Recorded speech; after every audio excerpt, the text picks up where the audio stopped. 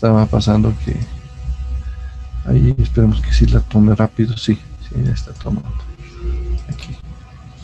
Listo, entonces aquí nada más, como les venía diciendo, está mostrando pues lo que veíamos con el lupus, ¿no? Que ya lo habíamos comentado. O sea, estoy retomando la clase, por eso digamos no se ha perdido mucho respecto a lo que estábamos avanzando, algo nuevo, ¿no? Todo esto ya está, ya es visto, ¿no? También se habló de otras enfermedades que se han visto y generan problemas.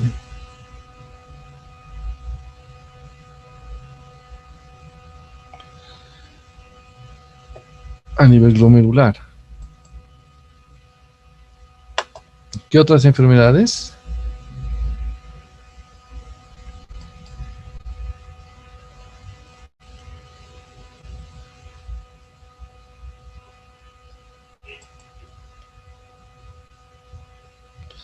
Mírenlas aquí. Estas.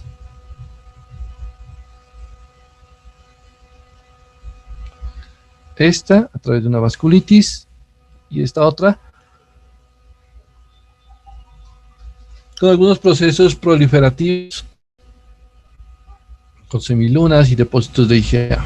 Y esta otra parecida un poco a la que veamos posinfecciosa, hasta cierto punto se parece en el sentido de que se van a frenar inmunocomplejos y bueno, va a empezar a generar también algunos daños, aunque esta se desarrolla formando también semilunas, ¿no? Bueno. Y habíamos quedado en hablar de esta de acá, la diabética, ¿sí? ¿Qué es la diabetes? ¿Quién me ayuda? Es una enfermedad multifactorial que puede darse por la deficiencia en la producción de insulina o el exceso. Bueno, sí. En el fondo, recordemos que la diabetes hay una hiperglicemia. ¿Sí? Se genera una hiperglicemia. Hay varios mecanismos por los que se genera, aunque la más frecuente pues es la falta de la hormona. Otras es por intolerancia. Bueno, hay varios efectos, sí. No, o sea, no es el espacio para hablar de todos estos mecanismos, sino solamente decir hay una hiperglicemia. Y esa hiperglicemia, esa cantidad de glucosa disponible en la sangre va a generar algunos cambios que van a terminar llevando a los daños a nivel del glomérulo y de todo el riñón, toda la estructura, ¿no? Entonces, decimos que existe una afección de tipo glomerular, que ahorita también vamos a mirar todos estos detalles, aunque también se pueden ver algunos eventos vasculares como la arteriolosclerosis, la nefroesclerosis.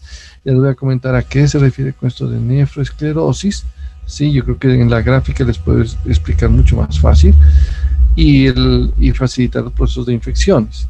También hablamos ahorita de estos eventos, de lo que sucede a nivel del glomérulo. Entonces, veamos esta situación, ¿no? Primero, bueno, hablar un poco de las características generales de la diabetes, en la que decimos que existe una diabetes, en este caso, perdón, existe la diabetes mellitus, la que genera mucha morbilidad, y realmente si sumamos todos los eventos que al final pues puede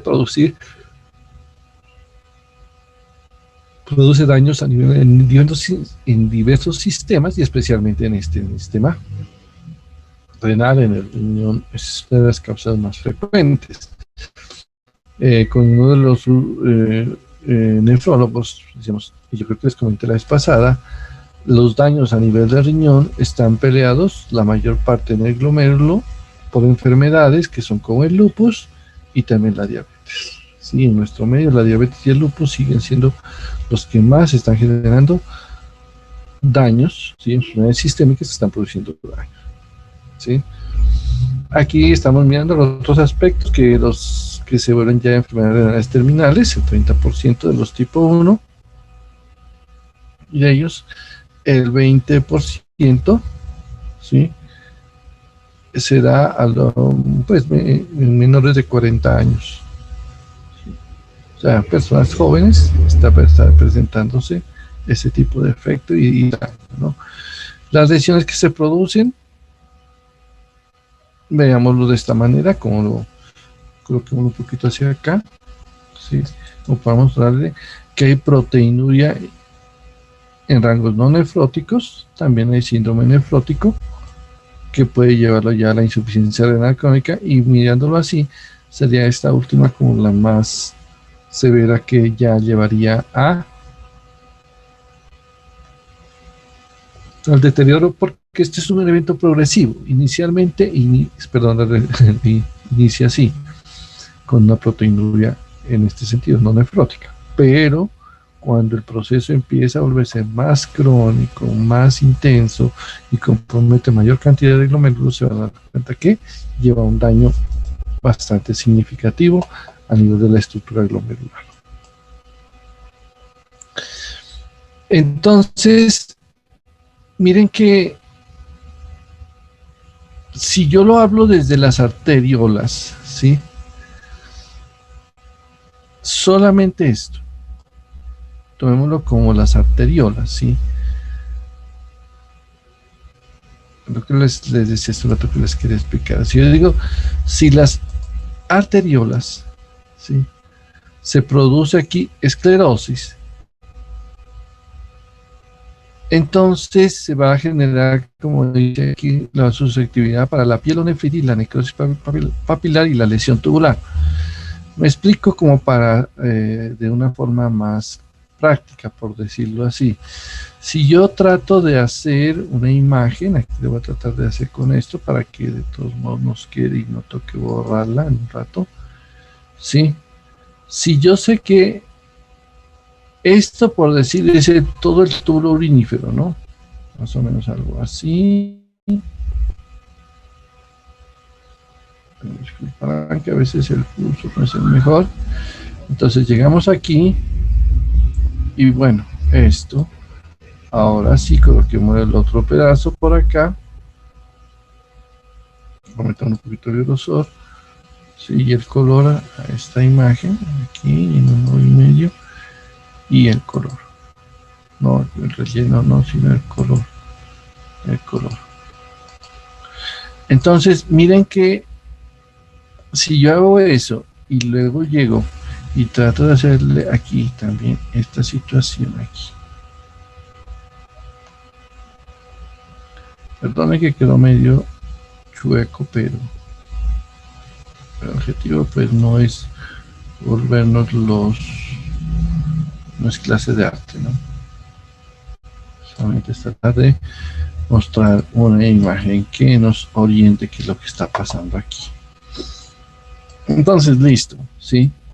Si ustedes se acuerdan, aquí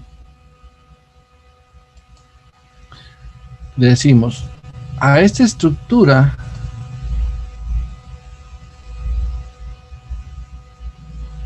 que forma el glomérulo, ingresa ¿qué tipo de vaso sanguíneo? Aferente.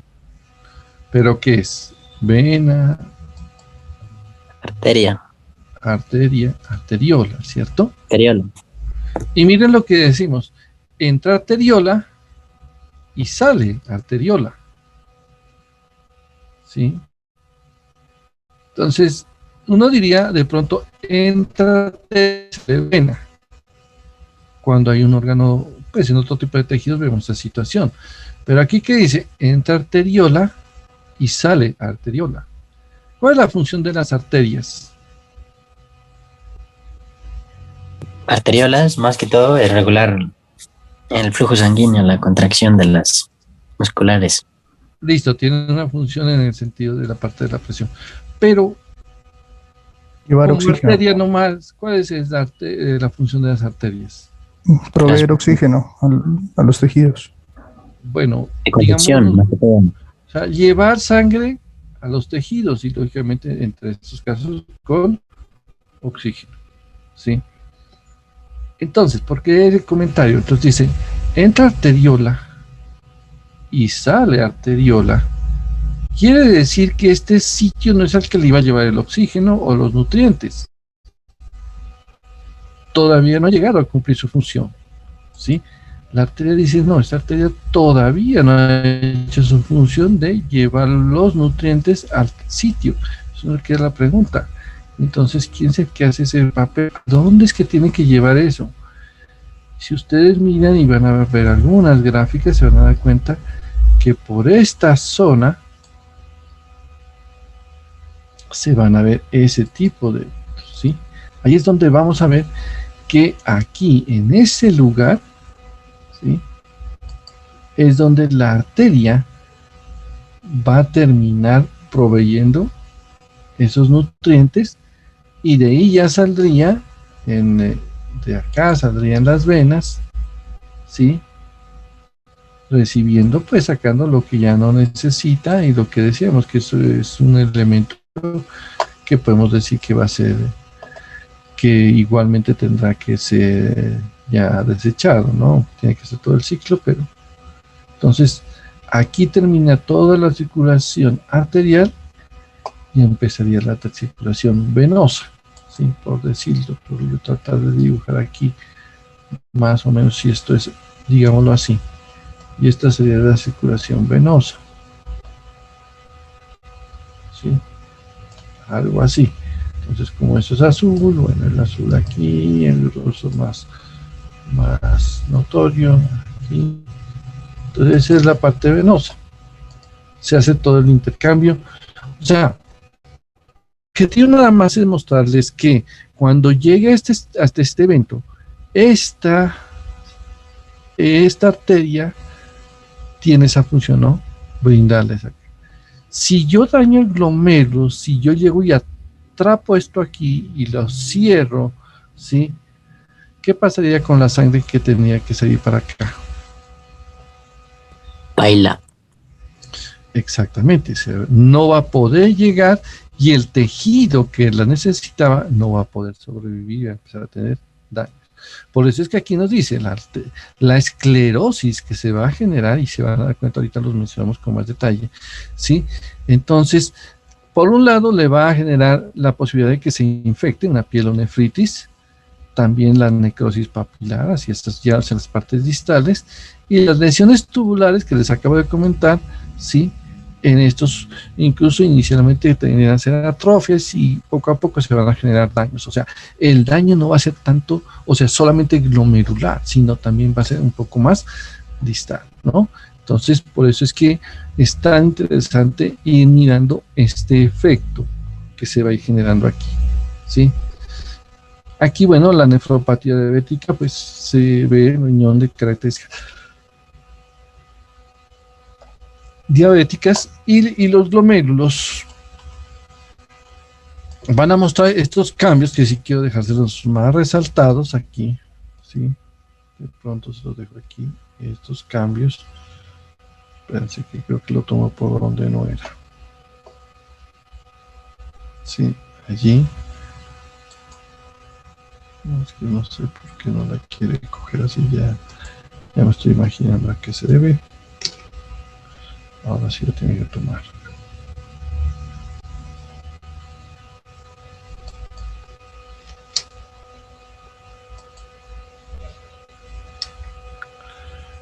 Bueno, es como tratar de mostrarles, aunque ya en una de las diapositivas anteriores ya lo mencionaban. Entonces son como los hallazgos más sobresalientes en el glomérulo, ¿sí? Son los daños que nosotros vamos a ver y ahorita los vamos a analizar. Pero van a tener unas características que nos van a mostrar que se pueden ver. Hacemos así. Se van a ver ciertos cambios que a la vez que daña el glomérulo, pero también distalmente también va a hacer un daño indirecto sobre todo el sistema tubular.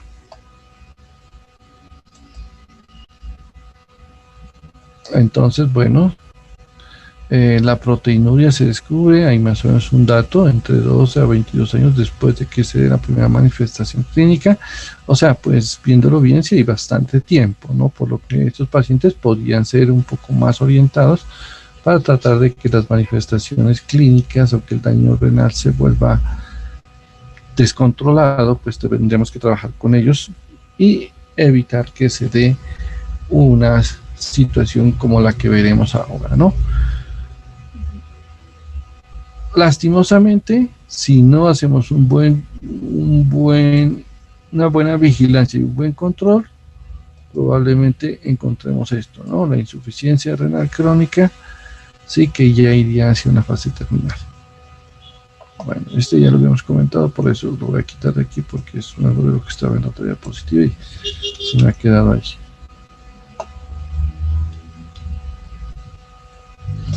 Entonces, miremos algunos de los efectos o las características de las diabetes más frecuentes, ya sea la deficiencia de insulina y la intolerancia a la glucosa. Cualquiera de ellas, su objetivo o su característica es que genera una hiperglicemia, ¿sí? Entre esos eventos se va a ver un aumento de la síntesis de colágeno tipo 4, ¿sí? Tipo 4, fibronectina, disminución de algunos proteoglicanos, en este caso como el heparansulfato, y este evento que es también bastante llamativo, es la glucosilación no enzimática de las proteínas, llevando a productos pues un poco más, con funciones bastante diferentes a las que se requiere. En este caso, las proteínas van a tener unas características que van a llevarla a un elemento pues casi, digamos, no es de uso directo de la estructura, pero sí empieza a ocupar un espacio allí esos elementos de la glucosilación. Miren que, saliéndome un poquito de lo de riñón, nosotros hemos visto que los pacientes que sufren diabetes tienen la característica que son pacientes que cuando ustedes miran, por ejemplo, dicen pie diabético, dicen tiene, o sea, ¿en qué consiste eso del pie diabético? Es un problema. Lo que pasa es que estos pacientes tienen también problemas de microcirculación. Exactamente, hacia allá va, ¿no? Si empiezan a afectar los vasos, ¿sí? Generando alteraciones de esa circulación, ¿sí? Entonces, esa circulación no empieza a ser efectiva y encontramos, ¿sí?, la reducción no enzimática de las proteínas y dan origen a esos productos que van haciendo a reducir la luz de esas arterias y que lógicamente van a generar isquemia, van a generar pocos aportes nutricionales, y por eso los pacientes que dicen tienen estas enfermedades a nivel de extremidades como las manos o los pies, cuando la afección les daña mucho los vasos que aportan a esas extremidades, pues lógicamente los procesos que nosotros conocíamos y lo mencionábamos cuando hablamos de reparación, estos procesos no se van a dar en forma adecuada y terminan dando facilidad de que el paciente se infecte con mayor facilidad y no se pueda tampoco defender porque no le llega sangre y tampoco se pueda reparar. Entonces son cosas que se los planteo en ese panorama de las extremidades que vemos, pero que esto no va a ser ajeno a otros sitios del cuerpo, o sea, no van a darle un buen aporte sanguíneo por los efectos a nivel de los vasos, como decía, por un efecto de una glucosilación no enzimática de las proteínas. Entonces serán esos nuevos elementos glucosidados que van a tener unas características obstructivas, digámoslo así, ¿sí? Algunos eventos hemodinámicos, la tipo 1, la dependiente de insulina, ¿sí? Aumento de la filtración glomerular, hay una presión aquí a nivel glomerular, ¿sí? Capilar glomerular, y también hay hipertrofia glomerular. Vamos a ver que se vuelve un poquito más amplio, pero esa amplitud que va a ganar el glomérulo va a ser a expensas también de los acúmulos que se vayan a ir generando, ¿sí? Como les dije, aquí hay unas imágenes que ya nos van a ayudar todavía a dar mejor esos eventos. Entonces, de los eventos más sobresalientes que nosotros queremos resaltar aquí, están estos desde el punto de vista, ya enfocándonos un poco más hacia lo que sucede a nivel del glomérulo, ¿sí? Entonces nos dice, metabólicamente se producen esos productos de glucosidación llevando a un aumento de la membrana basal glomerular. Pero también se van a ver algunos eventos sobre la matriz mesangial, ¿sí? Los cuales van a hacer que esta matriz se vuelva más amplia, por eso dice hay una hipertrofia glomerular, se va a volver mucho más amplia, pero no porque salgan más vasos, sino porque se van a ir acumulando y van a ir desplazando. Se van a dar cuenta ahorita en las imágenes. Yo creo que algunas cosas pues pueda que no sean tan claras en la parte textual, pero cuando veamos la imagen van a darse cuenta a dónde es que estamos enfocando esta explicación, ¿no?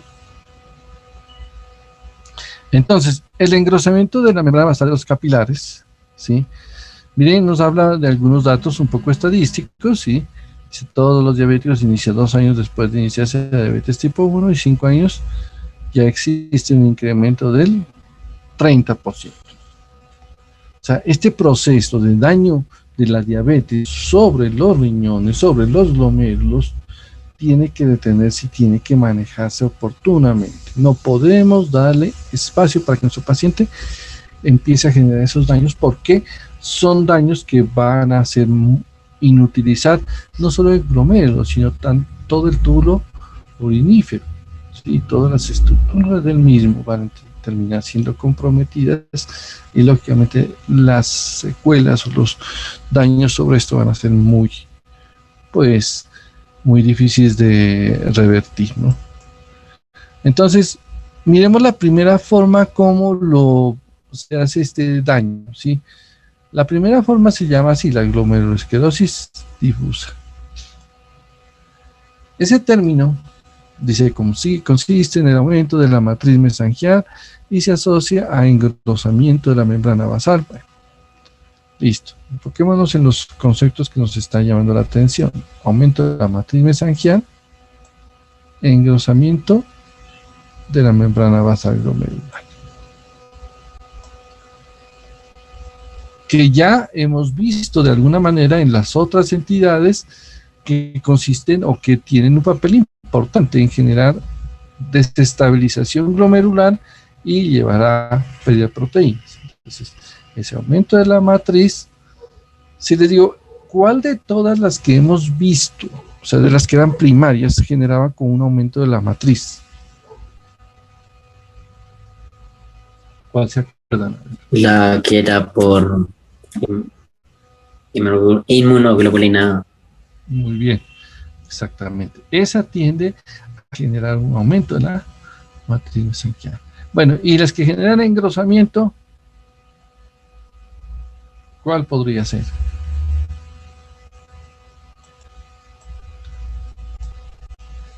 La que tenía el nombre bastante diciente. Si engrosa la membrana, es la membranosa, ¿sí? Casi siempre pues la ubican hacia el pedículo vascular y continúa con el engrosamiento hialino de las arteriolas. Se ensanchan las áreas mesangiales. Vamos a mirar un poco esa situación como la plantean aquí, ¿no? Yo creo que si yo trato solamente de hacer un pequeño análisis en esto, no necesito hacer mucho esfuerzo, ¿sí? Está compás, como se dan cuenta aquí, está tenido compás. La nómina está lista. Entonces lo que está de color como magenta es producido por paz. Listo. Ahora viene la siguiente situación. Dice, pero ¿cómo está extendido allí? ¿Sí? Entonces miren, está en los mesangios, ¿sí? Y genera un acúmulo, vean aquí. Vamos a ver que al avanzar en esto, ¿sí? Aquí es difusa porque pues tiene muchas áreas que están comprometidas. Sí, no solamente una pequeña zona, por decir, ¿qué tal que yo hubiera dicho? No, yo no confundo con algún otro tipo de afección, pero y me doy cuenta que en este caso, este espacio, esta matriz mesangial empieza a ser cada vez más amplia. No podemos decir, aquí viene como un límite entre la siguiente que vamos a mirar, ¿no? Aquí nos dice, no, hay muchas zonas que están comprometidas, ¿sí? De pronto esta parece que ya se está yendo a la siguiente zona o a la siguiente zona o tipo de afección, ¿sí? Pero por ahora dice, no, el material está en forma difusa, extendido en ese mensaje, ¿sí? Aquí, bueno, dice que el mensaje está positivo. Y vamos a ver qué pasa con estas áreas, ¿no? Engrosamiento de las membranas basales tubulares. O sea, se empiezan a engrosar los túbulos. Miren, aquí muestra un poco más eso. Y el otro es que hay atrofia tubular.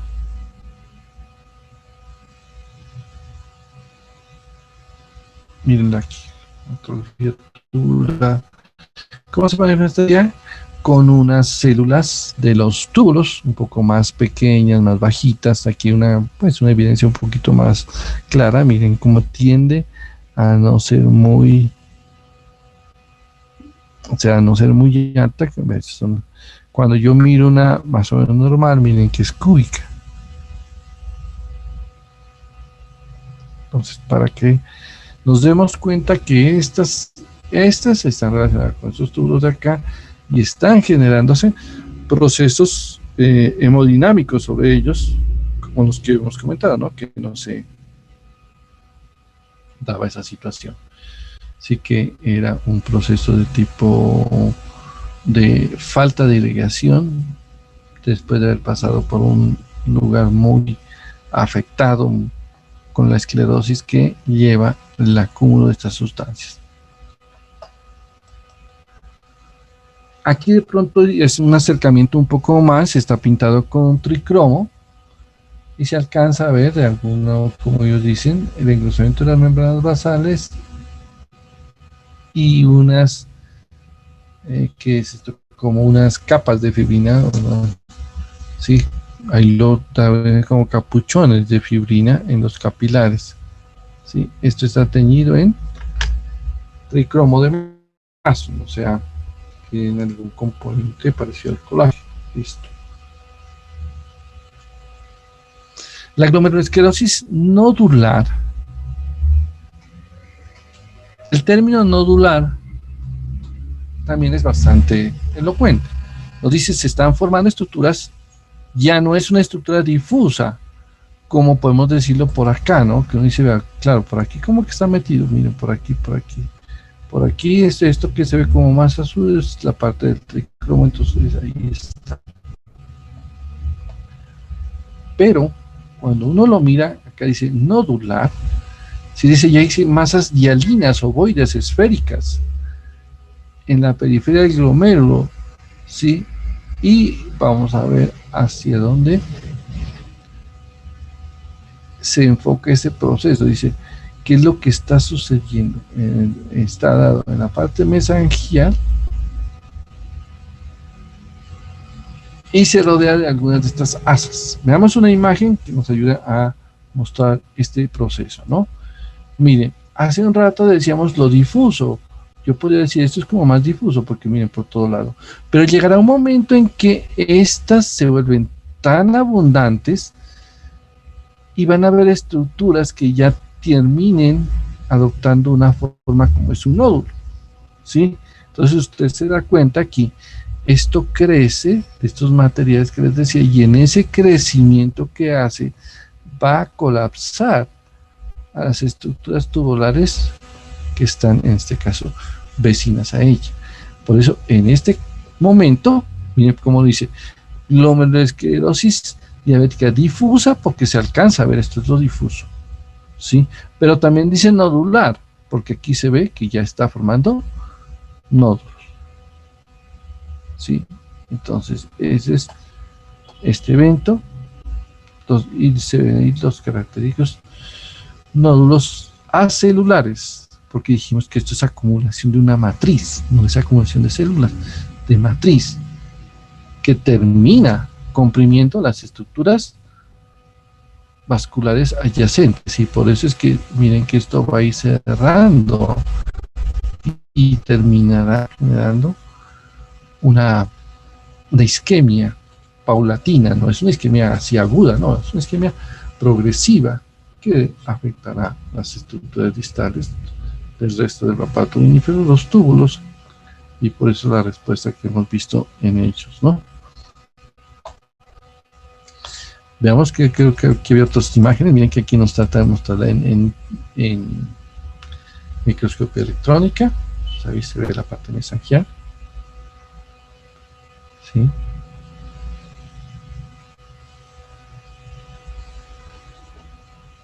Y digámoslo, si yo lo miro acá, miremos cómo nos describe.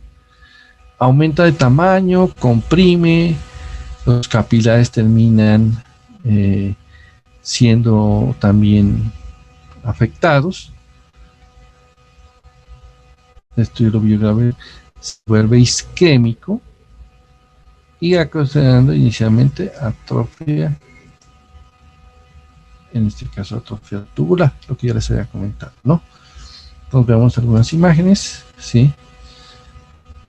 Aquí lo habla como nodular, porque ya se ven más nodulitos, aunque pues tiene una tendencia a ser algo más difusa también, pero bueno, el autor la ha centrado en manifestar más de tipo nodular, ¿sí?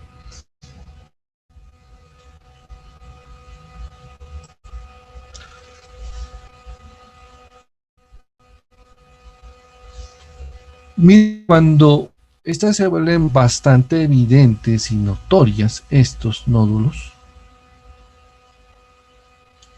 la persona que los describió los bautizó con el nombre de ellos, y les definió o les dio el nombre de nódulos de Kimmel-Stay-Wilson.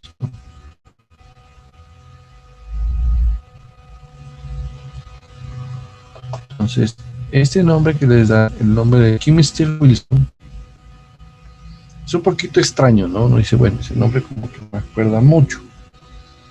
Pues no creo que conozcan muchos Kimmel-Stay, pero de pronto Wilson se han de conocer más que uno, ¿no?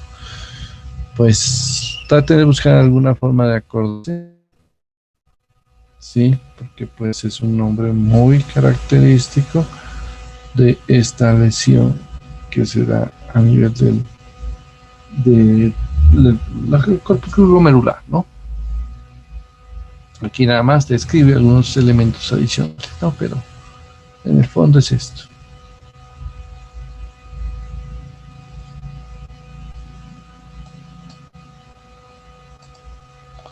Bueno, veamos acá un poquito más, ¿sí? Bueno, esto es un poco más difuso.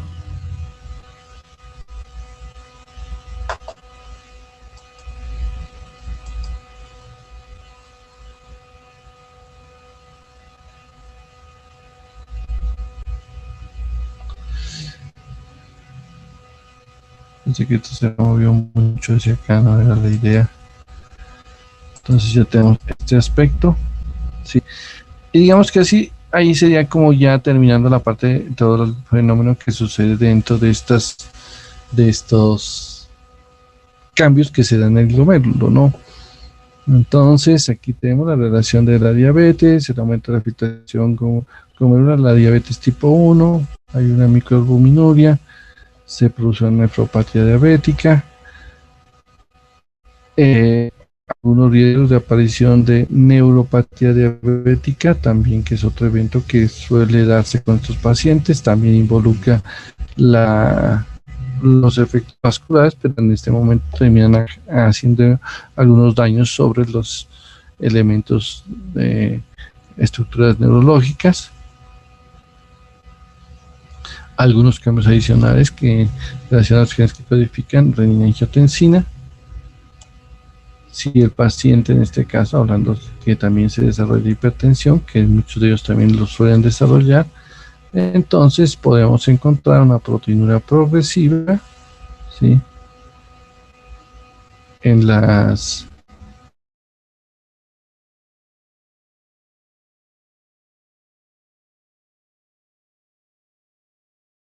y volvemos a mencionar que pues llevan a la insuficiencia. Entonces, es como el resumen de lo que sucede a nivel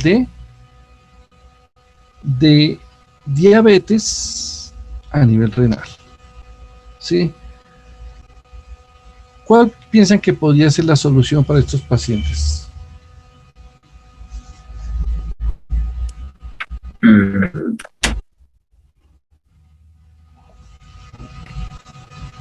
Tratamiento a hipoglicemiantes.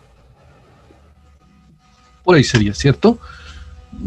Por eso es que siempre ustedes traten, y lo dijimos desde allá, como les decía siempre, como suena como romántico allá, cuando nos conocimos, cuando recién hablamos de mi enfermedad, si usted no conoce la etiología, tenemos problemas, pero por lo menos trate de acercarse a la fisiopatología. Aquí puede que en algunos tipos de estas diabetes no les conozcamos toda la fisiopatología con la claridad que quisiéramos, pero sabemos que el aumento de la glicemia es como la base fundamental de todas estas secuelas que se están dando. Entonces, ¿qué buscamos nosotros? ¿En qué?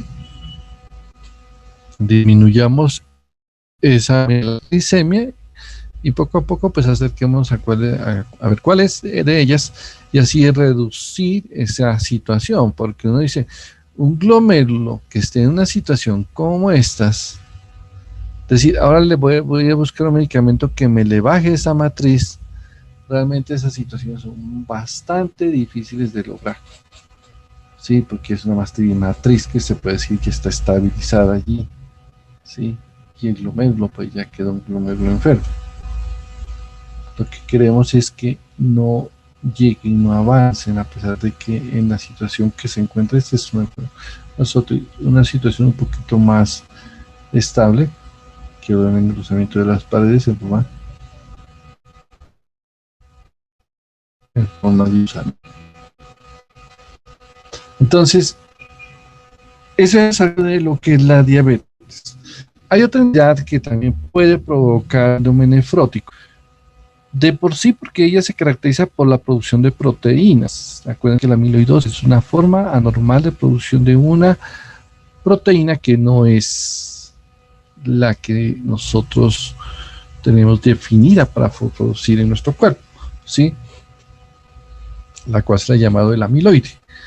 Pero esta proteína empieza a acumular en algunos sitios y los glomérulos no es la excepción. Allá también se va a acumular y por lo tanto también empieza a desestabilizar las mismas estructuras del glomérulo, desplazándolas, pero a la vez la funcionalidad del mismo se va a ver afectada, ¿sí? Hasta llevarlo a una nefropatía terminal. Entonces, la amiloidosis, que sabemos que se puede acumular en hígado, se puede acumular en corazón, se puede acumular en muchos más órganos, en el riñón, cuando se acumula, también termina ocasionando síndrome nefrótico, ¿sí? Y es una proteína. Doc, una pregunta. Dígame. En eso de las amiloidosis son las mismas placas beta-amiloides que se doblegan sobre el cerebro en el Alzheimer? ¿O no? Pues así claramente, que yo haya leído esa parte, no la he encontrado así, ¿no? Algunos de estas amiloides, como usted dice, algunos aspectos de estos proteicos suelen también, como lo dice hace un rato, suelen ir a otros sitios. Tendremos que revisar, o yo le revisaré un poquito más a ver si está asociado directamente. Por la terminología pareciese que alguna relación parece tener, ¿no? Porque pues con el Alzheimer todavía siguen buscándose más causas, ¿no? Pero ese término amiloide a veces también lo están utilizando para determinar unos tipos de elementos proteicos, y en ese sentido, pues como le digo, puede ser que no esté directamente asociado. Pues tocaría, y voy a revisarlo un poco más a ver si podemos aclararle bien esa pregunta. Sí, pero debe de ser un elemento proteico, sí. Vamos a revisar a ver si tiene algo que ver directamente con la amiloidosis. Sí, porque en estos casos debería de ser un evento más sistémico. Sí, y estos pacientes deberían tener más estructuras afectadas. Cuando revisábamos un poco la amiloidosis, porque en Robbins detalla mucho más de ella, nos dábamos cuenta que ella tiene varias formas de presentarse. Sí, no es una sola forma típica, hay varias formas. Entonces, en ese sentido, y de pronto ya cuando hablemos un poquito de sistema nervioso, a ver si allí ya podemos ampliar la respuesta a su pregunta. Sí, porque hablaremos del sistema nervioso y algunas de estas enfermedades. Ok, Doc, gracias. Listo. Miren que aquí, en este caso, bueno, ya hablamos de la amiloidosis y la acumulación y el daño que produce, ¿no? Vamos a hablar de una entidad, saliendo ya un poco de lo que es toda la estructura glomerular, el aparato, pues el tubo urinífero. Vamos a extendernos un poquito a hablar de esto, ¿no? De lo que tiene que ver con una parte funcional del riñón, que es cuando hablamos de lo que es la insuficiencia renal aguda. Sucede que esta insuficiencia renal aguda tiene una definición, como ustedes miran ahí, que nos dice que está en una cantidad, ¿sí?, de producción de orina menor de 400 centímetros en 24 horas. ¿La producción más o menos de cuánto era? 1.5. 1500. Litros, ¿no? O sea, 1500 centímetros cúbicos o 1.5 centímetros cúbicos, litros. Esta cantidad es bastante reducida, ¿sí? Entonces, desde ese punto ya hablamos de que estaría entrando en insuficiencia renal, ¿sí? Podemos encontrar por obstrucción vascular, por enfermedad glomerular, por nefritis tubointersticial, por infecciones que pueden llevar a ese evento, o incluso por algunas entidades como sería la coagulación intravascular diseminada, cuando pues hay coágulos, mejor dicho coágulos no, sino trombos que se han depositado en estos sistemas de estos vasos, y también en la necrosis tubular aguda. Entonces, hablemos un poco de esa necrosis tubular aguda, ¿sí? Porque pues este ya es un enfoque más desde el punto de vista a nivel renal. Entonces, miremos qué es lo que puede llevar a una necrosis tubular aguda. Primero, ustedes se dan cuenta que ya está enfocada, ya no es lo menos, sino a nivel de las estructuras tubulares, ¿sí? Listo. Y el otro dice que se puede dar ya sea por isquemia o por nefrotoxinas. Entonces, dentro de la patogénesis, la vasoconstricción arteriolar. Recordemos que esto es un evento un poco rápido, por eso lo denominan agudo. La vasoconstricción arteriolar. Se producen obstrucción de los túbulos por cilindros celulares. Me tengo un poco por lo siguiente. Sucede que los túbulos de entrada son una estructura, como se dice, tubular, cilíndrica. ¿Sí? O sea, estos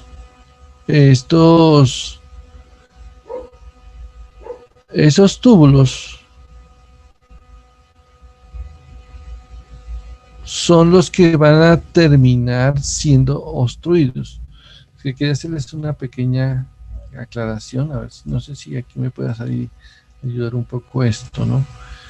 Es lo siguiente, ¿sí?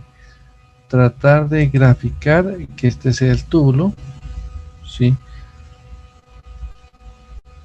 Y vamos a tratar de darle la forma,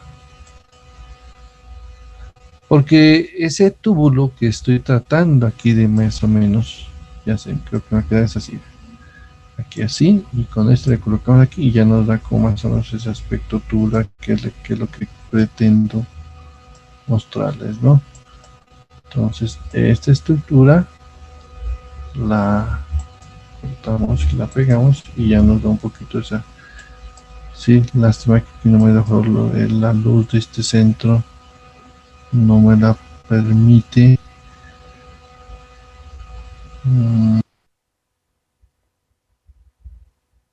Dar el color que quisiera para que no se vea esa estructura aquí. O sea, esta luz que estoy tratando de mostrar aquí, que en esta estructura, los túbulos, decimos, hay un proceso de isquemia. Las células, creo que ya también se ha comentado, las células tubulares son células muy activas, ¿sí? Metabólicamente muy activas. Esas células tienen la característica que cuando les quitamos la circulación, los procesos isquémicos, esas células rápidamente se mueren porque ellas necesitan mucha nutrición, ¿sí? Entonces se mueren estas células, las que quedan en la parte periférica, ¿sí? Y van a terminar ocasionando que ellas se desprendan, ¿sí? Entonces, en esa estructura, en la parte central, sí que es que nos... No vi cómo la podríamos hacer ese tubo, pero espero que sea pues entendible. Esta parte central de aquí, ¿sí? Que la voy a tratar de, aunque sea de colorear esa estructura central, ese hueco, es donde se van a depositar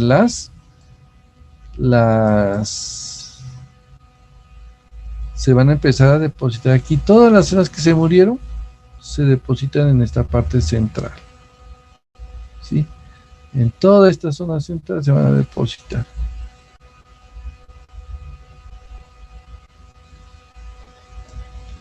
Por lo tanto, eso va a terminar dando un efecto, una estructura, ¿sí? De características cilíndricas.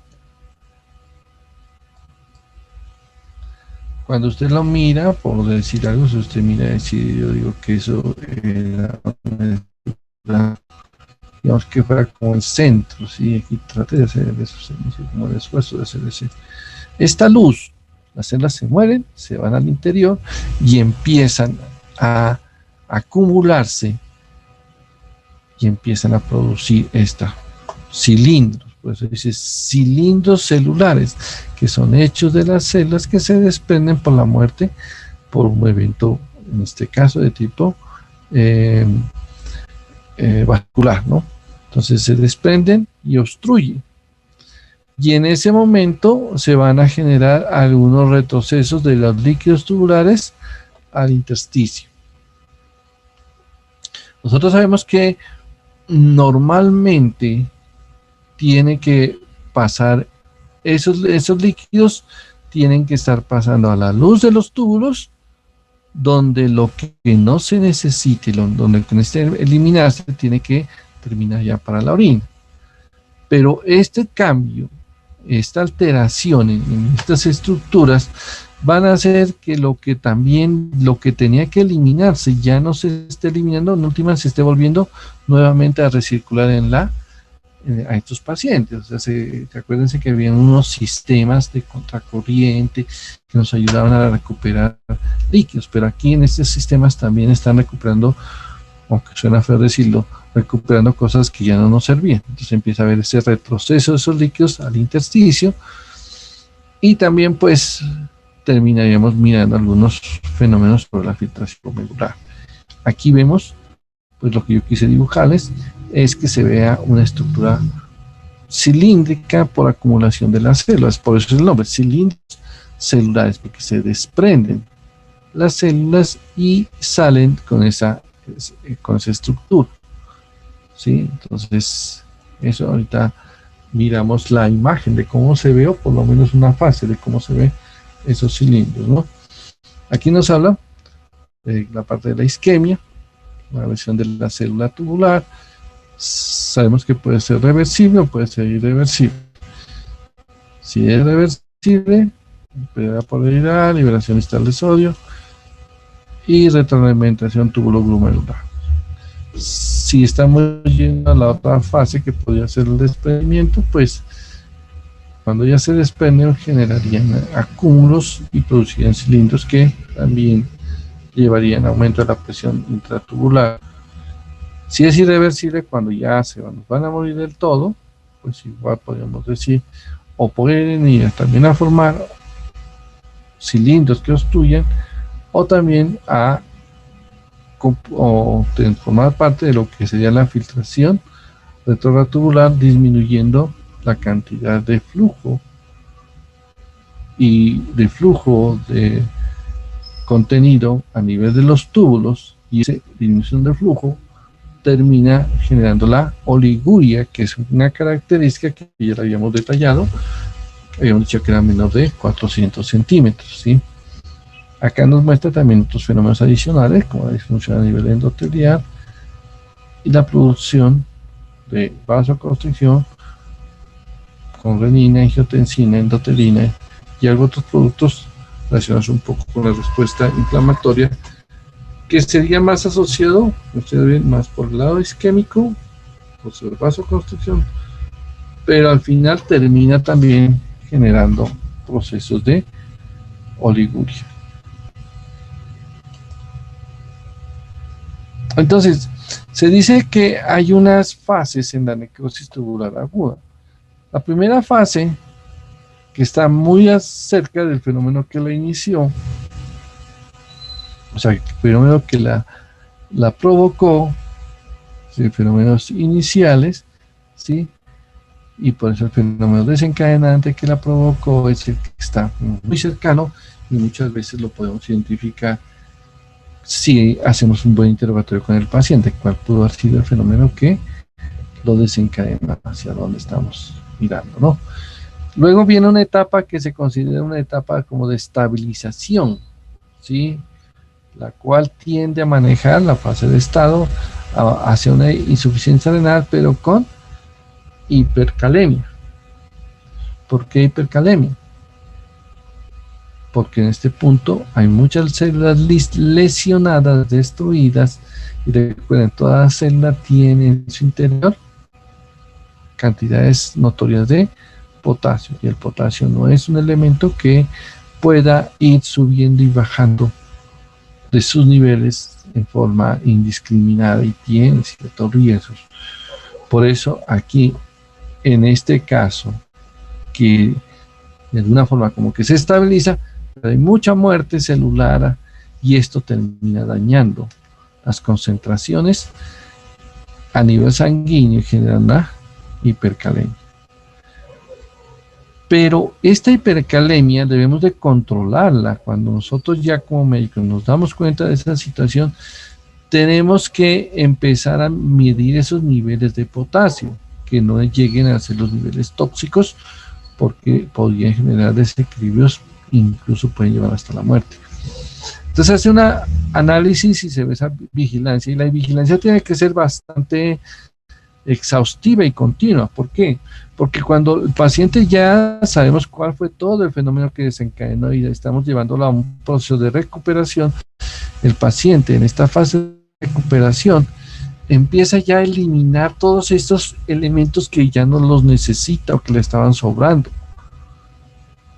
y empieza a estabilizarse, y de una forma muy enfática empieza a producir grandes cantidades de orina en las cuales se elimina todos estos elementos, ¿sí? Pero suele ser tan abrupto este proceso que elimina cantidades notorias de potasio y puede llevarlo al otro lado, a la hipopotasemia. Estos pacientes deben de ser muy vigilados sus niveles de potasio para que no estén ni sobre los niveles normales ni bajo esos niveles, dependiendo de cómo se esté recuperando del fenómeno que llevó hacia esa necrosis tubular aguda. Recuerden que el riñón no son células permanentes, son células estables, y muchas de ellas también son lábiles, ¿sí? Los tubulares, todas ellas. ¿Qué quiere decir? Se pueden recuperar, y en esa recuperación, en esa posibilidad de volver a ser normales, pueda que se dé un estímulo a desarrollar una mayor producción de orina con un elemento que se detectó que no le servía, y empieza a botar todo el potasio que se encuentra, y al final termina llevándolo al otro extremo, situación pues que tampoco es adecuada. Entonces uno trata de hacer un análisis muy exhaustivo de estos niveles, con un seguimiento pues de los electrolitos, hasta que encontremos un nivel en el cual ya se haya estabilizado totalmente. Miren, por ejemplo, aquí nos muestra cómo se podía tratar de, pues, de revelar un poco esta estructura, ¿no? Este es tubo urinífero. Entonces nos dice, listo, hablamos de que en este tubo urinífero, y está hablando aquí que este es el túbulo contorneado proximal, aquí sería el asa de Henle, el túbulo contorneado distal y el conducto colector, ¿sí? En estos casos, yo creo que el asa de Henle podría decir como esto, ¿sí? Porque es un asa, es más delgado, no es tan amplio como esto, pero nos muestra que se están dando lesiones muy distantes, o sea, apartadas entre ellas, que terminan provocando la muerte de células, el acúmulo, y por eso dice, ¿dónde se ven los cilindros? Pues se verán distantes a ellos, ¿no? Aquí aparentemente no están marcadas, se van, digamos, progresando hasta que llegan a este sitio y empieza a producir más fácilmente las lesiones cilíndricas, o sea, los cilindros por células muertas. Cuando se da a nivel tóxico el sitio de mayor compromiso, ese túbulo contorneado proximal.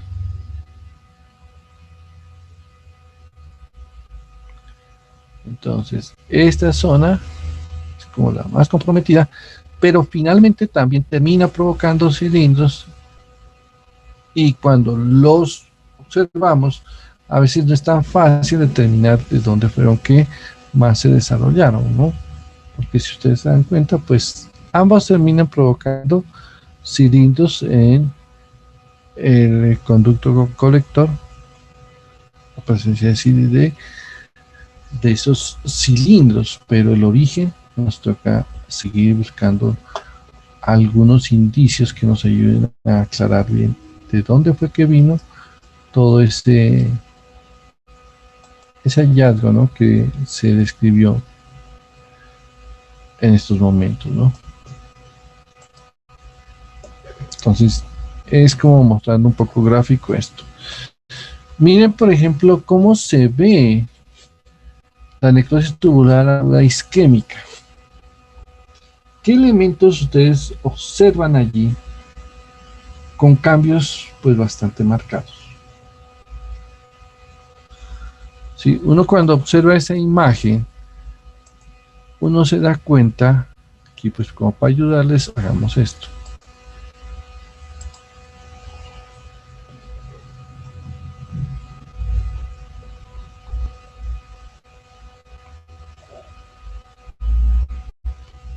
¿Qué observan?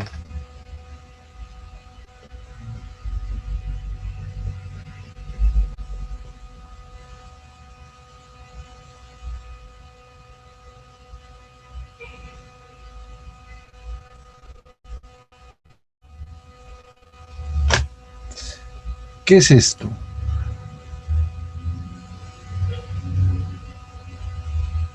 Son las arteriolas, ¿o no?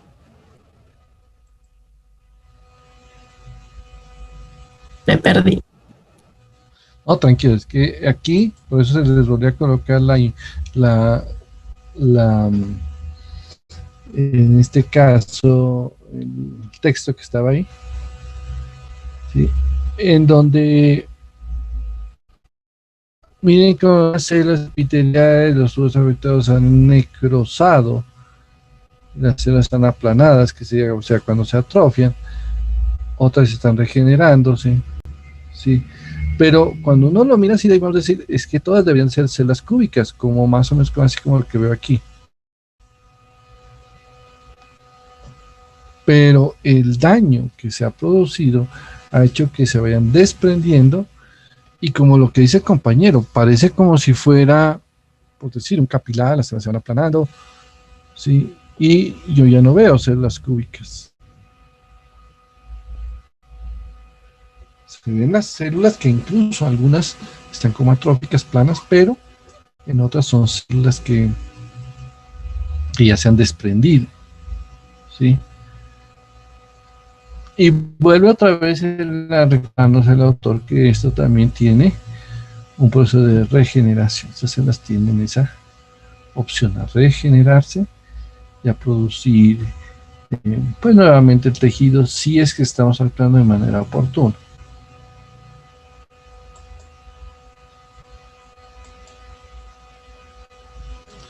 ¿Qué les llama la atención aquí?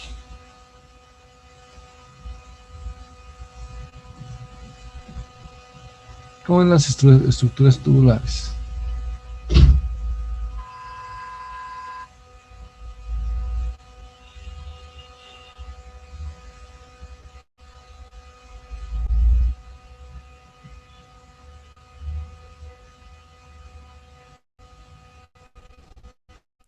Igual se mira, ¿o no? Mire, por ejemplo, Aplanadas en algunas. por ejemplo, miren lo que les voy a mostrar. Esta estructura, les voy a colocar una flecha. Miren, esa estructura aquí, este túbulo que está aquí, que acabé de mover la flecha alrededor de él, digamos, ese es un túbulo normal. Si ese es un túbulo normal, en los otros, lógicamente, están anormales. ¿Qué les está pasando? ¿Qué ven en ellos? Las células que en el normal están cúbicas Sí, son cúbicas. y luego empiezan a hacerse planas. Incluso, bueno, pueden verse que están un poco aplanadas acá, ¿no? Por este lado. Sí, de pronto por aquí están un poco aplanadas. Pero también están desprendidas. Acuérdense que cuando una célula se muere, y por eso ahí dice necrosis, la célula cambia los colores de su citoplasma, ¿sí? Miren que esta también es casi normal, mírenlo. Esta también está normal. Pero esta, miren, las células bastante bastante desprendidas, alteradas, y ver que ya no hay como una clara definición de epitelio. Todo está desprendido y probablemente sea una zona donde se está obstruyendo y se va a terminar formando un cilindro. ¿Sí? Entonces aquí vemos muchas más de esas. Aquí miren el cambio. Recuerden que cuando se da este proceso de necrosis, se da una eosinofilia de las células que están muriendo. Sí, que era un evento característico de los procesos necróticos, ¿no? Ahí lo tenemos como una situación allí relacionada, ¿no?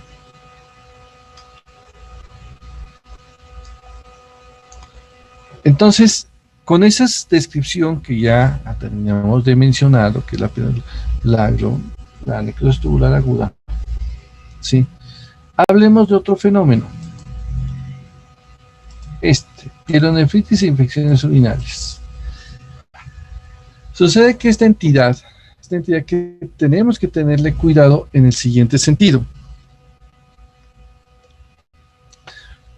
Que es una afección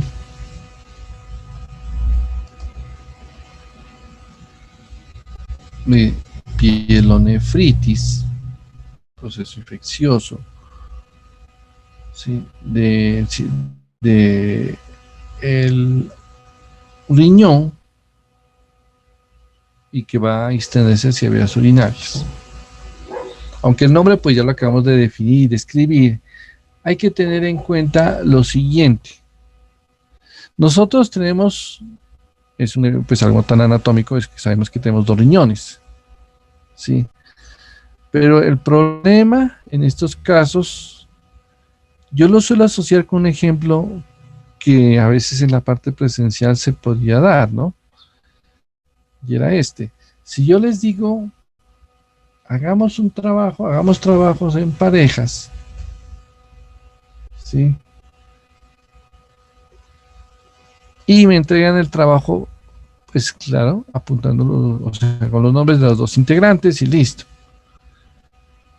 Y en todos me entregaron trabajo. Entonces, más o menos unos 25 trabajos, porque ustedes son como 50. Pero, en algunos casos, ¿sí?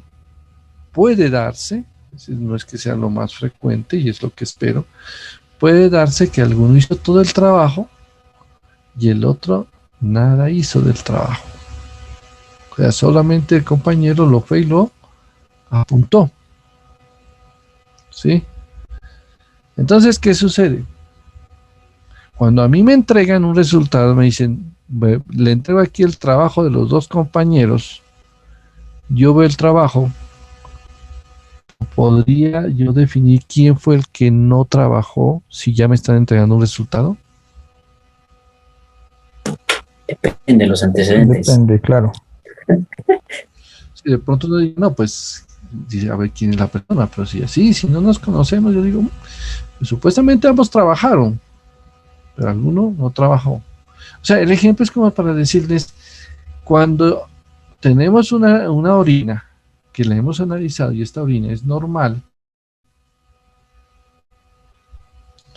no puede decir, no, entonces el paciente no tiene problema renal, está normal, ¿sí? Pero puede ser que esa orina sea producto del gran trabajo de un solo riñón, el otro estado bastante deteriorado, pero como el otro le está haciendo el trabajo, entonces no nos estamos dando cuenta de esa situación, ¿sí? Entonces, estos procesos de pielonefritis se pueden enmarcar, ¿sí? En como los que les estoy explicando, en que el otro riñón hace el otro trabajo y no nos damos cuenta bien si realmente se está dando el fondo de infección en uno de ellos. De pronto la presencia de fiebre, algunos malestares de un proceso infeccioso podían darnos algunos indicios, pero realmente no es tan fácil, ¿sí? Nos toca estar muy, pero muy exhaustivos revisando cuál podría ser sí, de pronto es una infección a este nivel, pero que los cuadros hemáticos y las características sistémicas, incluso nos dirían, sí, hay una infección, pero no sabemos exactamente si es de riñón. Nos tocaría seguir investigando hasta que tengamos alguna pista muy clara que nos haga tener como claramente el diagnóstico en donde se asocie al riñón. Esa es una característica interesante que deben de tratar de manejarla y no bajar la guardia, decir, no, este paciente no tiene infección de las vías urinarias o no tiene infección renal, pues acuérdense lo que se acaba de decir, ¿sí? Y tenemos que buscar más opciones hasta que de pronto, ojalá pues descartemos que tenga una infección urinaria, pero sí la tiene y ya la hemos reconocido, ahora tratemos de ver de pronto es solamente de uno de los dos riñones. Por eso es que dice, pueden presentarse de una forma silente. ¿Por qué silente? Porque no genera sintomatología, ya que el otro riñón le está haciendo el trabajo, ¿sí? Pero cuando ya hay clínica, pues ya les hemos dicho, clínica de infección, clínica de la cantidad de orina que se produce, o sea, todos son ya signos y síntomas un poco más específicos de los que debemos de conocer de este proceso, ¿no? La frecuencia, lamentablemente, sí es frecuente. Sí, es frecuente este proceso, aunque se ve una cierta mayor frecuencia en infecciones de vías urinarias que pueden llegar hasta pielonefritis, un poco más a nivel de mujeres, incluso ahora que veamos infecciones ya a nivel de vejiga, también podemos verlas así, sí, que se ve un poquito más en mujeres que en hombres. Una de las razones que le dan o con las cuales pues dicen que se ve más en mujeres que en hombres, ¿cuál han escuchado? Por la anatomía de la uretra de la mujer es más pequeña. Exactamente. Cuando es más pequeña, es más corta, más fácilmente puede resultar invadida por microorganismos, los cuales pueden ascender y generar el proceso pues infeccioso, que es el que nos pues lleva a producir estas incomodidades y estas molestias y este daño en los pacientes, ¿no? Entonces, dentro de la patogenia, si la infección es ascendente, ¿sí? Se puede, o se habla de que hay una colonización bacteriana de toda la zona y que empiece a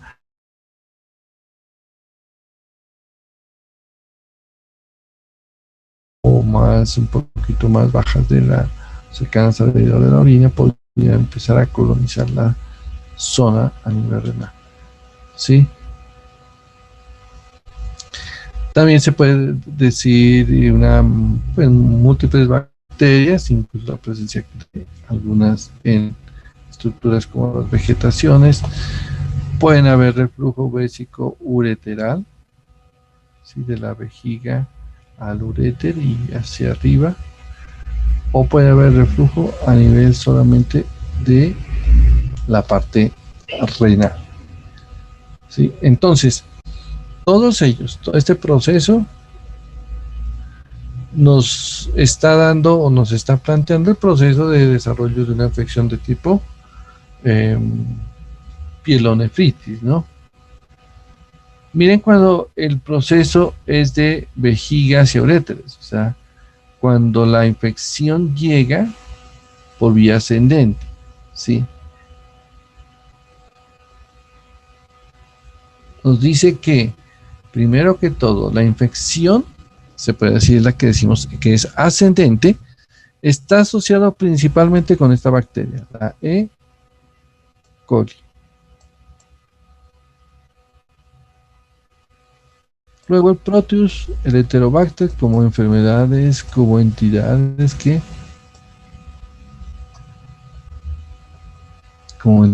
o microorganismos que están relacionados y que pueden ser parte de estos, ¿no? Entonces está la E. coli como primero y los demás serían los que le siguen en ese listado. Si la infección llega por la sangre, o sea, hematógena, generalmente la causa que llega es cuando están o cuando se ha venido dando un proceso de septicemia. O sea, la bacteria empezó a circular por todo el organismo y por lo tanto cuando encontró un sitio donde puede empezar a proliferar y a generar pues una infección, en este caso la bacteria que puede producir estas infecciones, la más frecuentemente la hemos visto, es ¿cuál? ¿Qué decimos de esa bacteria? ¿Cómo es que se llama? Staphylo. El Staphylococcus aureus. Sí. ¿Que lo habíamos visto en dónde también? ¿En qué otra afección lo habíamos visto? Endocarditis ¿Cuál de ellas? infecciosa. De tipo aguda, acuérdense. ¿Sí? Ah, sí. Porque hay una subaguda. ¿Sí? Entonces es la aguda. ¿Sí? O sea, puede y podrían darse eventos simultáneos. Puede que el paciente esté sufriendo su proceso de endocarditis, pero a nivel renal también esté dándose un proceso como estos. Entonces, por eso la vigilancia de estos pacientes es por todos los niveles donde se pueda darse algún proceso de susceptibilidad. Ya la E. coli vuelve otra vez a ser importante. Miren que la E. coli también estaba por acá. Sí. La E. coli también la podemos considerar como un segundo nivel de frecuencia en desarrollo de ese tipo de afección. La pielonefritis aguda. Entonces nos dice el proceso que se está desarrollando es rápido, por eso el término agudo. Se dan diferentes focos de estos procesos infecciosos en donde se puede ver, acuérdense que hace rato ya habíamos visto la parte tóxica, entonces se puede dar necrosis tubular aguda, también lo podemos ver, la presencia de cilindros con neutrófilos. ¿Cómo se explican esto?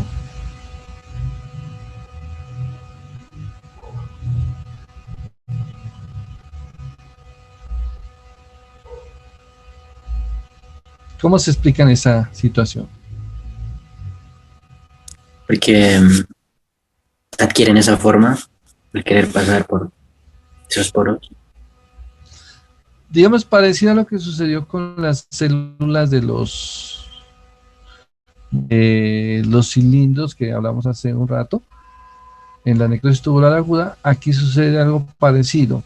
La respuesta inflamatoria hace que muchas de las células de los neutrófilos salgan hacia la luz del túbulo, la cantidad que se acumulan ahí sea tan alta que empiezan a formar las estructuras, esas estructuras cilíndricas, ¿sí? Ahora sí les voy a mostrar, por ahí hay una imagen de un cilindro en donde nos hace pues como ya conocer y recordarlo un poquito mejor cómo se podría ver, ¿sí? Entonces es una característica importante de reconocer. También se pueden ver abscesos, papilitis necrotizante, pionefrosis, o sea que es un proceso inflamatorio, pero no tenía reacción inflamatoria, ¿sí? Dice pionefrosis, hay producción de pus, pero no por un agente de tipo no es un agente que provoque que desarrolle la respuesta inflamatoria, ¿sí? El término nefrosis es ese, porque uno cuando dice nefritis hay inflamación, nefrosis no está mediando la respuesta inflamatoria.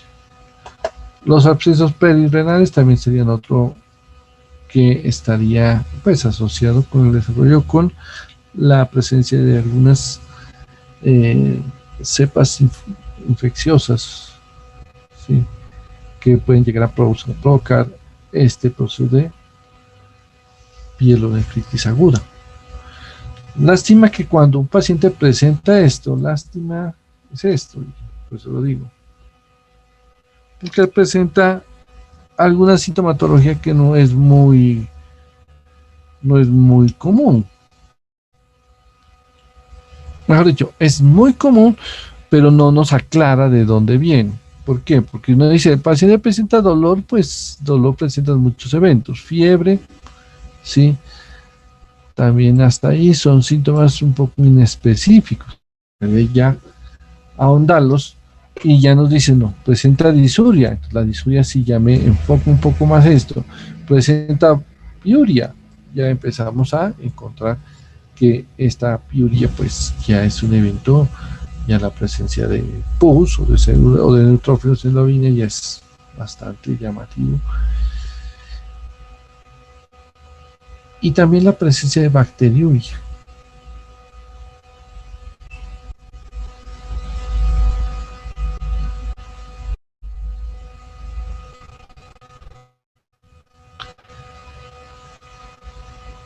Piuria, bacteriuria. ¿Listo? El tratamiento, afortunadamente, de estos tipos de afecciones es un tratamiento con antibióticos. Pero quiero comentarles una situación que desafortunadamente hemos visto últimamente en nuestros pacientes cuando presentan infección urinaria. Probablemente algunos lo hayan visto en pacientes cercanos, ¿sí? Y se está dando lo siguiente. El cuadro clínico ya lo describimos aquí, hay dolor, fiebre, de pronto disuria, o sea, dolor para orinar. Y si hacemos algún análisis, podemos encontrar la piuria y la bacteriuria. Hasta allí, todo va, es como lo normal que se podría encontrar, ¿no? Lo que caracteriza este cuadro. Entonces, voy a tratarlo con antibióticos.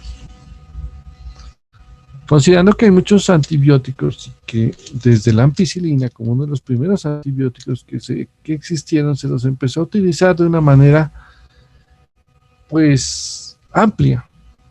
Pero el problema fue que la gente dijo, no, yo sé que a mi amigo, a mi familiar, al vecino tenía un problema de estos y le dieron este antibiótico, este es bueno para eso, entonces vea usted que tiene el dolorcito allá, tómese este antibiótico, que este fue el que me dieron a mí. Él siente que a los 2 días ya no siente molestia, entonces dice, no, yo que voy a seguir con ese tratamiento. Y dice, yo no tomo más porque ya estoy bien. Lo abandona y el paciente hace resistencia. Y aquí es donde hemos visto el problema que les estoy comentando. Muchas de las infecciones urinarias que estamos tratando en la actualidad están mostrando resistencia a los antibióticos comunes, a los antibióticos pues de primera línea que hemos estado manejando. Y ahora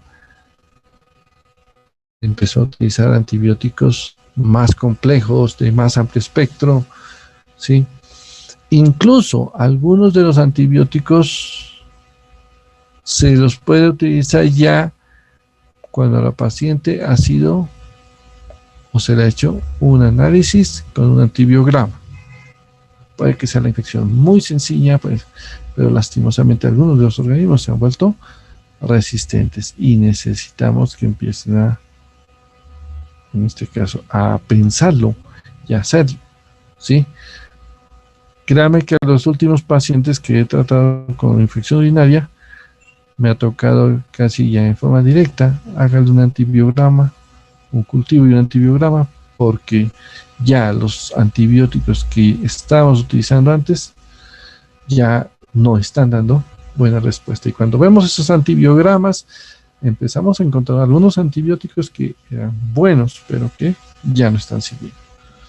Entonces, aquí es un llamado para que entre todos tratemos de que el manejo antibiótico cada vez sea un poco más exclusivo y a nuestros pacientes generar el cumplimiento de sus tratamientos. Porque si no vamos a tener situaciones muy, pero muy difíciles de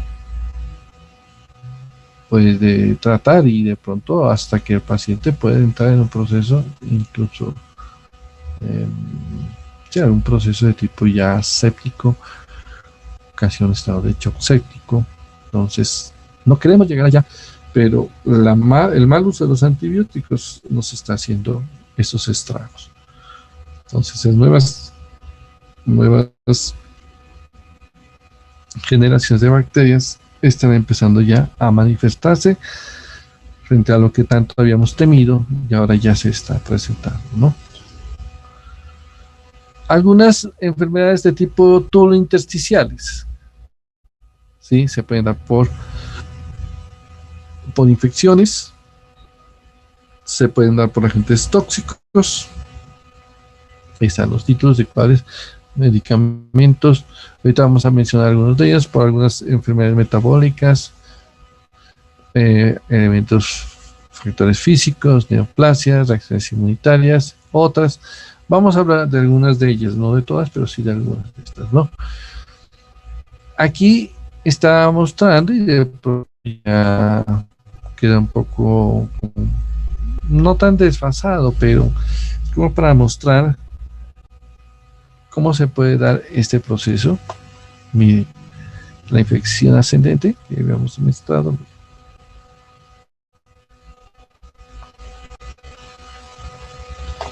Entonces decía, pueden haber infecciones ascendentes que van a llegar hasta el riñón. Listo.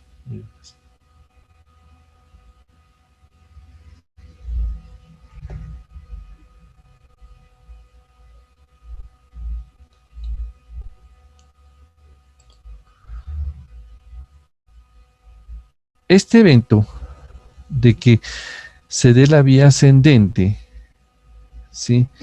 Incluso pues confirma o pues da una expresión un poquito más amplia de la que ya habíamos mencionado hace un rato, de las ¿se acuerdan que habíamos mencionado por acá? ¿Sí? Entonces por reflujo, y yo creo que esta imagen la podemos ubicar mejor en ese sitio, como para ayudar un poquito más a ilustrarla, ¿sí? Entonces decíamos, mire, el reflujo a nivel renal. Y aquí también la que se da por infección hematógena, viene por la sangre y llega acá. La que es por vía renal tiende, o sea, por vía de reflujo, miren, asciende y tiende a dar alguna especie como si fuera en cuña, ¿no? Adoptar cierta forma, en cierta forma por donde se va todas las estructuras renales, siguiendo una forma de cuña. Eso está siguiendo la vía por donde se recoge la orina y está adoptando ese tipo de característica. Pero si la infección viene por la sangre, entonces la sangre va a repartir a todas las, como se dan cuenta, que a todos los vasos de ella, y por allí van a llevar la infección. Entonces por eso es que esa es como un poquito más amplia y, por decirlo así, un poquito fácil de reconocerlos, estos dos, y diferenciarlos en un estudio ecográfico. El riñón se lo ve así,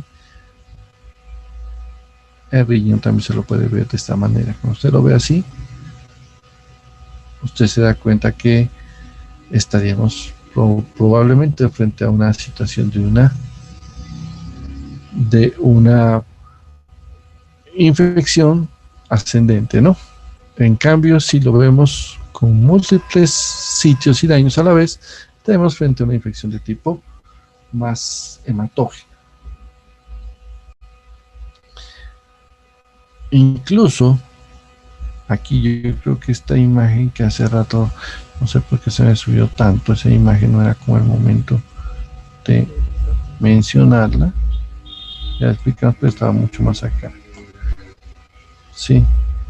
Entonces decíamos, miren, una forma de que se esté dando por reflujo es esto. Esta es la pared de la vejiga. Normalmente la orina baja por aquí y esta estructura actúa como si fuera una válvula, no permite que se regrese de forma adecuada. Cuando la orina, cuando la vejiga se empieza a distender mucho más, hace que este vaya casito y se va como enderezando el conducto. Si la vejiga, por eso una de las condiciones que también se trata de recomendar es que el paciente no tenga mucha orina retenida a nivel vesical, porque al final esto está haciendo que se vuelva más, se enderiece esta mini válvula que hay aquí y se regrese, los microorganismos se regresen por esa vía y terminen generando la infección. Por eso decimos, uno de los agentes infecciosos más frecuentes, la E. coli, que la encontramos en este sitio. Entonces, esto es lo que nosotros tratamos de ver y corregir en estos pacientes hasta donde sea desde el punto de vista de los hábitos urinarios. Si ya la situación es muy complicada, muy compleja, realmente no es muy fácil poderlo corregir y a veces necesitan algunos procedimientos quirúrgicos muy especiales para poder hacer alguna buena evolución en estos pacientes.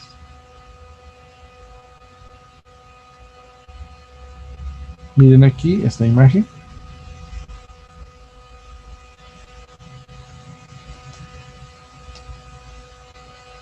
En una ocasión tuve un paciente, mejor dicho, mandaron el riñón de un paciente. Cuando lo voy a mirar, era como se ve allí, totalmente, pues, con indicios de procesos infecciosos, abscedado. Pero lo que a uno le preocupa es que un paciente como estos debió de haber sido de pronto descubierto más tempranamente y no estaríamos viendo un riñón que se echó a perder ya. Y el paciente queda con otro riñón y ese riñón pues no le da las mismas garantías que el que estamos en este caso, pues que cuando tiene los dos. Mire, por ejemplo, aquí también está la formación de los cilindros. ¿Sí? Pielonefritis aguda, que al final de esto, miren que se ve cuántas células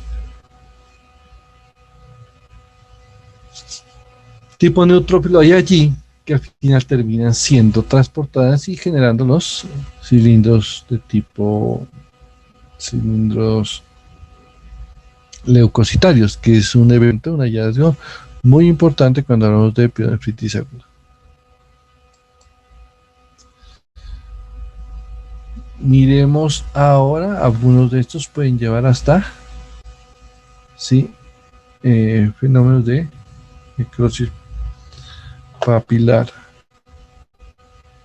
Las papilas, aunque bueno, aquí no se ve tan claro, pero las estructuras papilares. Miren que después de la pielonefritis aguda viene la contraparte de mayor tiempo, que sería ¿cuál? Crónica.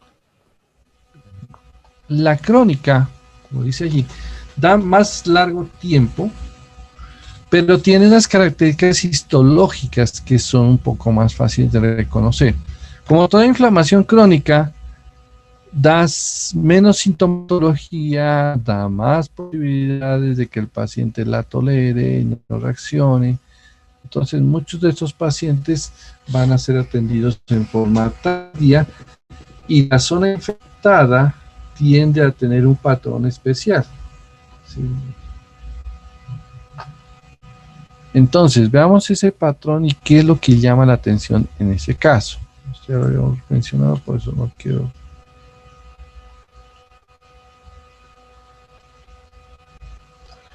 Miren entonces, aquí, la pielonefritis crónica.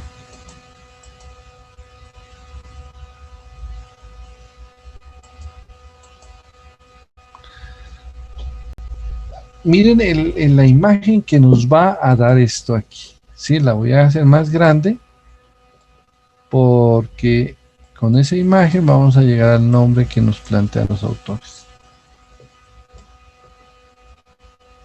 Sí, es esto. Bueno, igual la voy a retornar a como estaba antes, pero ahorita lo que quiero preguntarle es...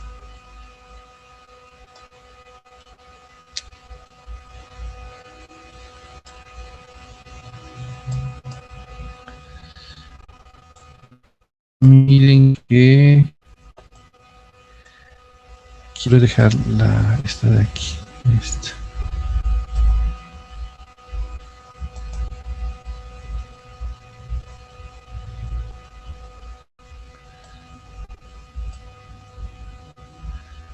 La imagen que estoy tratando de dejar acá.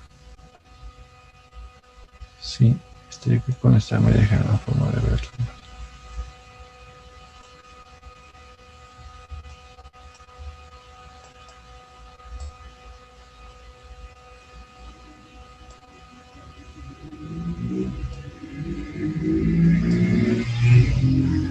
Vamos a mirar qué patrón tiene esto.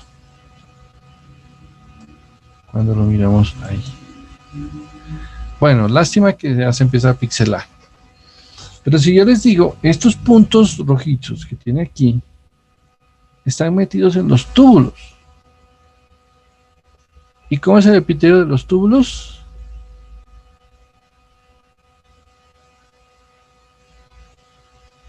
Cúbico simple. Muy bien. Como es cúbico simple, que lástima aquí no se lo alcanza a ver, y se alcanza a ver un contenido algo rojizo en esa luz, ¿qué aparenta ser eso? ¿Qué órgano tiene una característica más o menos parecida? Tiene epitelio cúbico simple y un contenido en su luz algo, pues no tan rojizo como este, es un poquito más rosado.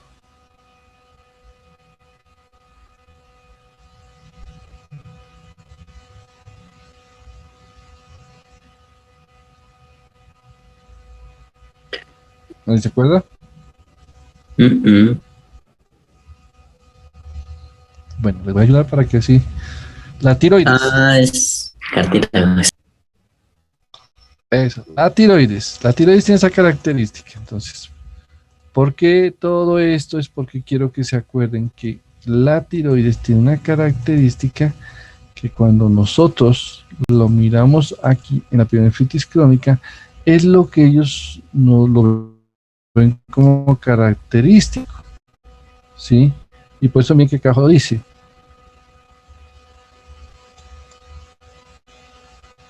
Tiroidización.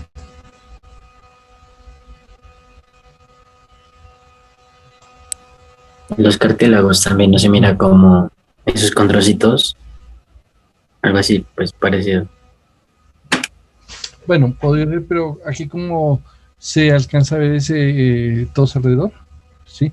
Acuérdense que los condrocitos son como lagunas, donde se ve un condrocito y la estructura ahí.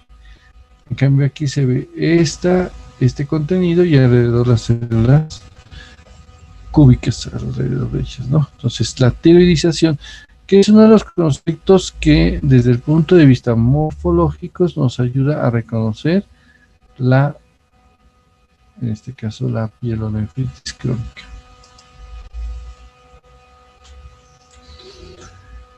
Este punto, hablar de...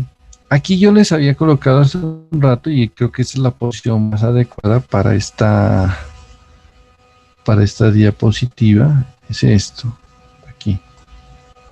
Donde les decía, hay muchas más afecciones que pueden comprometer con la introducción. Por ejemplo, la nefritis intersticial inducida por medicamentos. ¿Sí?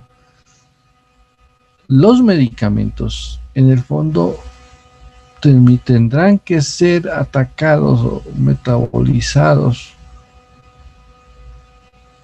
por hígado y eliminados por riñones. Por lo tanto, la función del hígado, en este caso, de hígado, ya lo habíamos más o menos trabajado, pero la función de riñones no la podemos descartar y pueden afectarlos, ¿sí? Las reacciones, por ejemplo, van a haber respuestas de hipersensibilidad, en la que mediaría la inmunoglobulina E, las células T, o sea, sería de tipo 1 y tipo 4. También veremos fiebres, eosinofilias, proteinurias, piurias, hematurias, que podrían ser con ligera proteinuria e incluso con piuria estéril.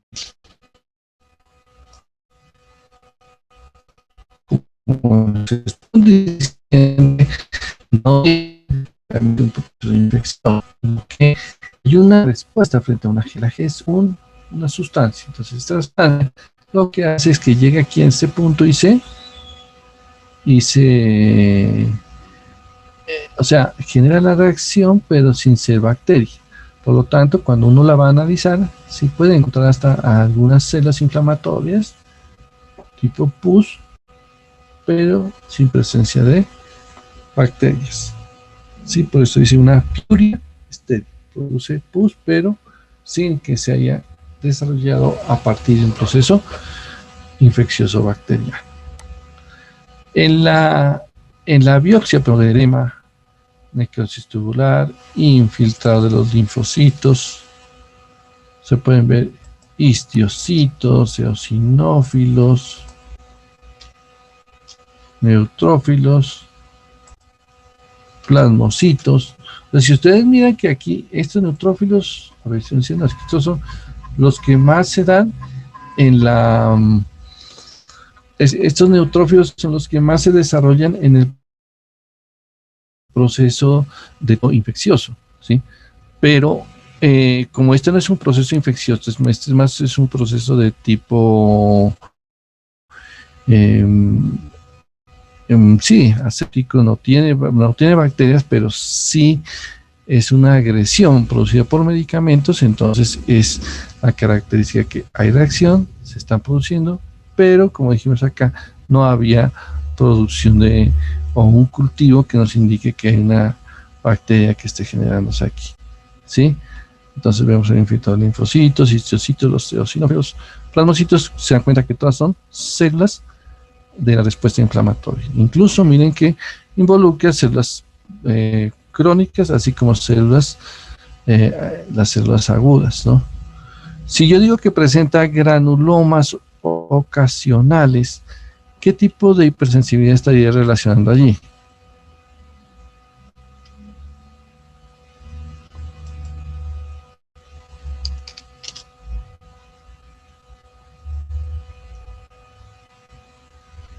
El granuloma.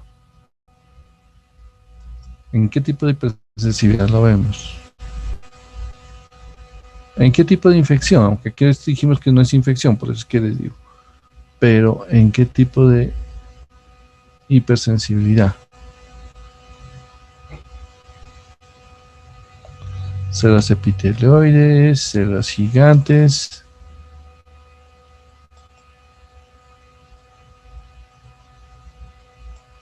¿No se acordaron? No. La de tipo 4, o sea, de celular, acuérdense. Sí. Aunque aquí no está mediando el evento de ser un proceso infeccioso. Esto es por eso es que estamos hablando de lo que nos dan los medicamentos. Aquí nos trata de mostrar un poquito, muy bien, la presencia de eosinófilos, la respuesta inflamatoria en múltiples sitios. La intensa eosinofilia también es generado por, en este caso, una respuesta que, aunque no es totalmente clara, pero que se ha visto en muchos tejidos donde la presencia de los eosinófilos se los ve allí, ¿no? Y terminemos con esta, ¿sí? La nefropatía por el abuso de analgésicos. Nosotros tenemos una epidemia, por decir de esto, ¿sí? Pero eso ha sido hace mucho tiempo, ¿sí? De que la gente utiliza los analgésicos para cualquier evento. Cualquier tipo de dolor, analgésicos.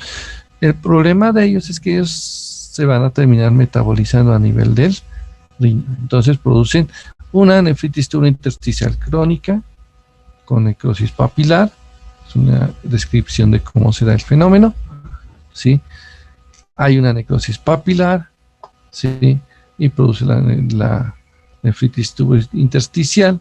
O sea, miren que se está enfocando hacia los túbulos del intersticio. Estos pacientes, el uso crónico de los analgésicos va a producir poliuria, anemia por el daño. Recuerden que ya se produce la eritropoyetina, síntomas gastrointestinales, por lo que esto produce daño a nivel de la producción de moco. Hay piuria, producción de pus, infecciones urinarias que se pueden también sobreagregar, y también hipertensión por el daño adicional, ¿no?, al riñón. El uso de analgésicos fuera de todo lo que acabo de comentarles puede llevar a insuficiencia renal crónica, y aunque no es lo más típico, pero se han visto casos que pueden también aumentar la posibilidad de desarrollo de carcinoma de células transicionales a nivel renal. Las células transicionales, ¿en dónde las encontramos a nivel renal? Vejiga. Pues, bueno, a nivel urinario, pero a nivel... Ah, Si nos vamos subiendo, pero ¿en cuál sería?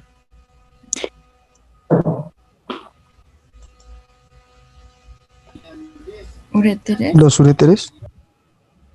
Más arriba. ¿Cálices? Es sistema piero-calicial.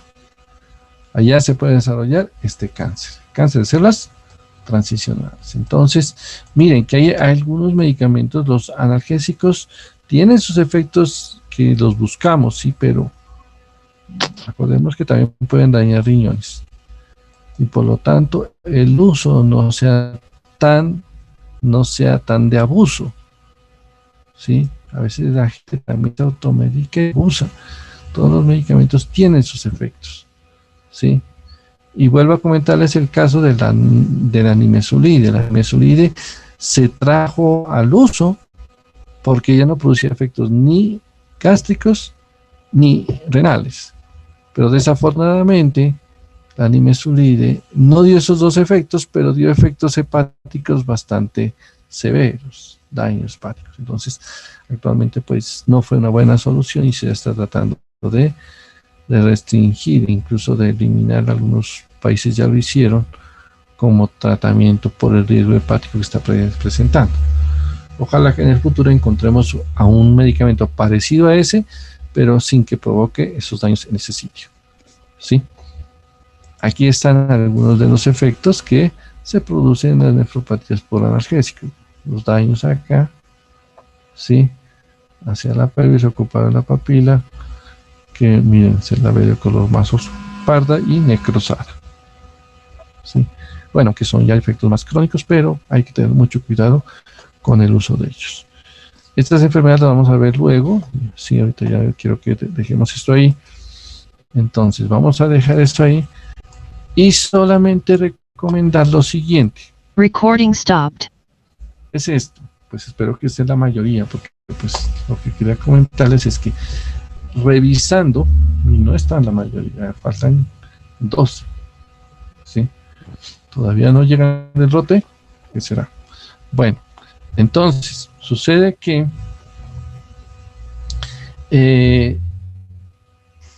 necesito, ¿sí? Y voy a hacer el cambio. Necesito que me escriban en el chat, o sea, solamente va a llegar a mí su nombre y el código. O bueno, el código que tiene. Sí, es que estoy organizando lo de sus notas, pero yo necesito saber cuáles son los códigos de ustedes y todo lo demás. Entonces, esos códigos, sí, que nos faciliten. Y otra cosa es que les recomiendo cuando yo esté, ahorita yo cojo todo el chat y empiezo a ordenarlo alfabéticamente. Hay gente que se olvida de los padres, ¿sí? Se siente el hijo o la hija de nadie, por lo tanto solamente dejan los nombres y no me aparecen los apellidos, y los apellidos son muy importantes porque los listados aparecen con los apellidos, ¿sí? Incluso una recomendación que yo lo he hecho desde el semestre pasado y pues con los que trabajamos el semestre pasado, de hecho, déjenme, cuando hagamos el examen, por favor, colóquenme o hagan el cambio sobre sobre el nombre que ustedes aparecen como usuario con los apellidos. Así me queda mucho más fácil organizar sus notas, ¿sí?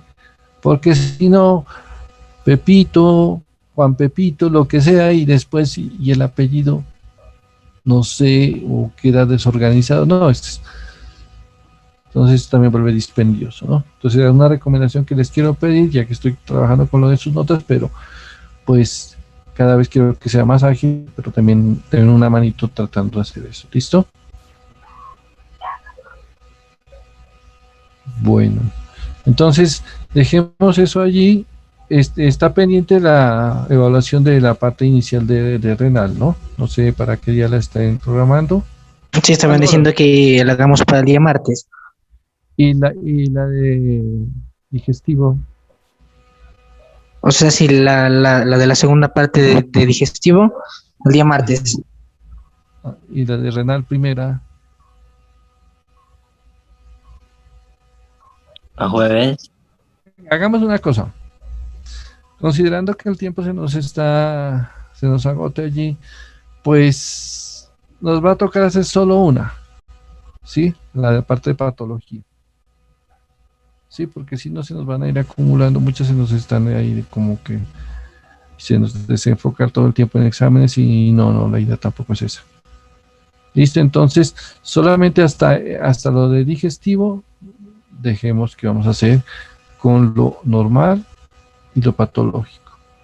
Lo otro, pues, lamentablemente no es tan fácil estarles haciendo tantas evaluaciones en ese sentido, pero quiero que les quede como la enseñanza de qué sentido.